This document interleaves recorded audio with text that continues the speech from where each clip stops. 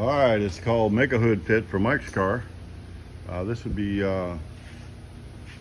number 2. So we got episode number 2.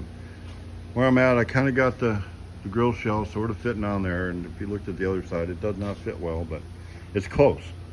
You have to compromise. It's wide here, narrow there, wide here, narrow there, right on target where some other places. So what I've done, I want to reinforce the front of this so that I can do some hammer dolly work on the very front. And what I've done, I've just made an aluminum piece just so I have a pattern. And what I'm going to do now with my pattern, I'm going to make a rib out of steel.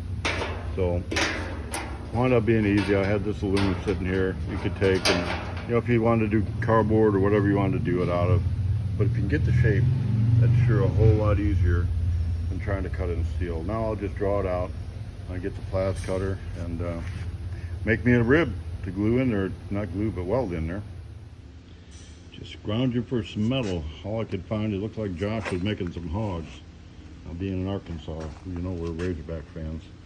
So I've just got to set it up on here. I'll draw it out and then I'll go and get it plased out and get her done. Well, for a guy that used to be not too bad at pulling a line with a pinstripe brush, not so much anymore, but I got the shape I need. I'm just going to get the old plas cutter, cut it out, and then we've always got the grinder to clean it up. So if you're doing this at home, you probably don't have one of these awesome hypotherms. This is actually a 3-phase machine. It wasn't too many years ago. It would have took something bigger than that whole table and everything else to do what that machine does. But technology's come a long way. So I got me a plas cutter. You can do this with I suppose a jigsaw with a metal blade or cut-off wheel or whatever. So we're just going to start the cutting.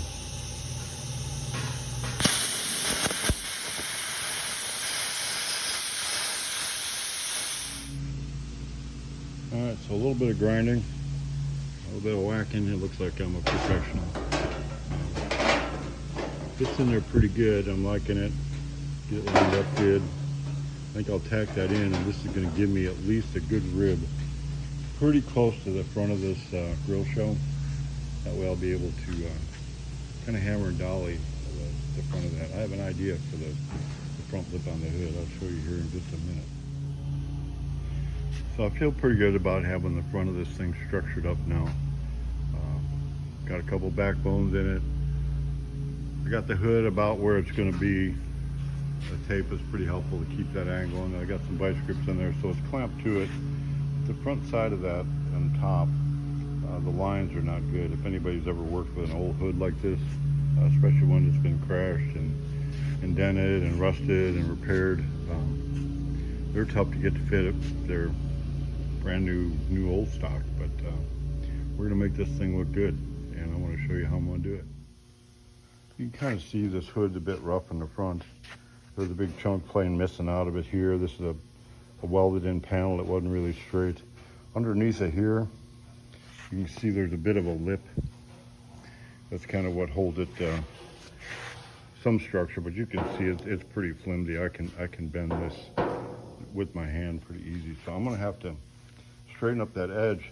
And on top of that, some of the gaps here are wide and some are narrow and some are fit. So I'm gonna need to really trim around this edge and make it fit my grill shell. So how am I gonna do that? So what I plan on doing is taking this 1/4-inch rod and bending it around this grill shell. I can bend it to that shape, going all the way around, come in under here, bend it to this shape, then I'll weld it to the front of that hood. That'll let me hammer and dolly it to kind of get it the shape I want, and it'll hold pretty well. This is pretty 1/4 inch, it's pretty thick. And it's about the distance I need. You can see it, if I put it in here, it's gonna be about right where I need to be. So this is the plan. I don't know if it's the right way or the wrong way, but it's the way I'm gonna do it. I think it's gonna work. I was thinking about this the other day. I've kind of turned a couple people loose on this, explained what I wanted and pushed in a direction, but it takes more than just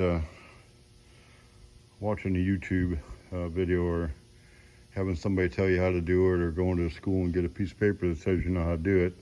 It's just something about having done it for 20, 30 years, or in my case, almost 50 years now. So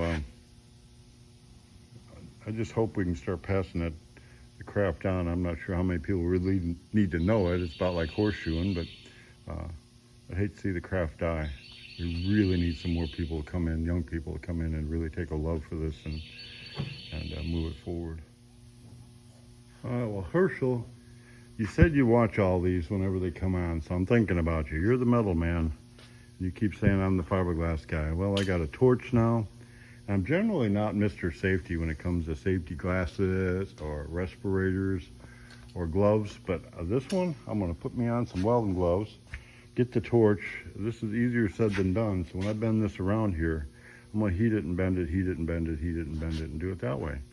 So I think I'm gonna bend away for a little while and end this video, because I'm gonna go home and eat and then do a second shift up in the fiberglass.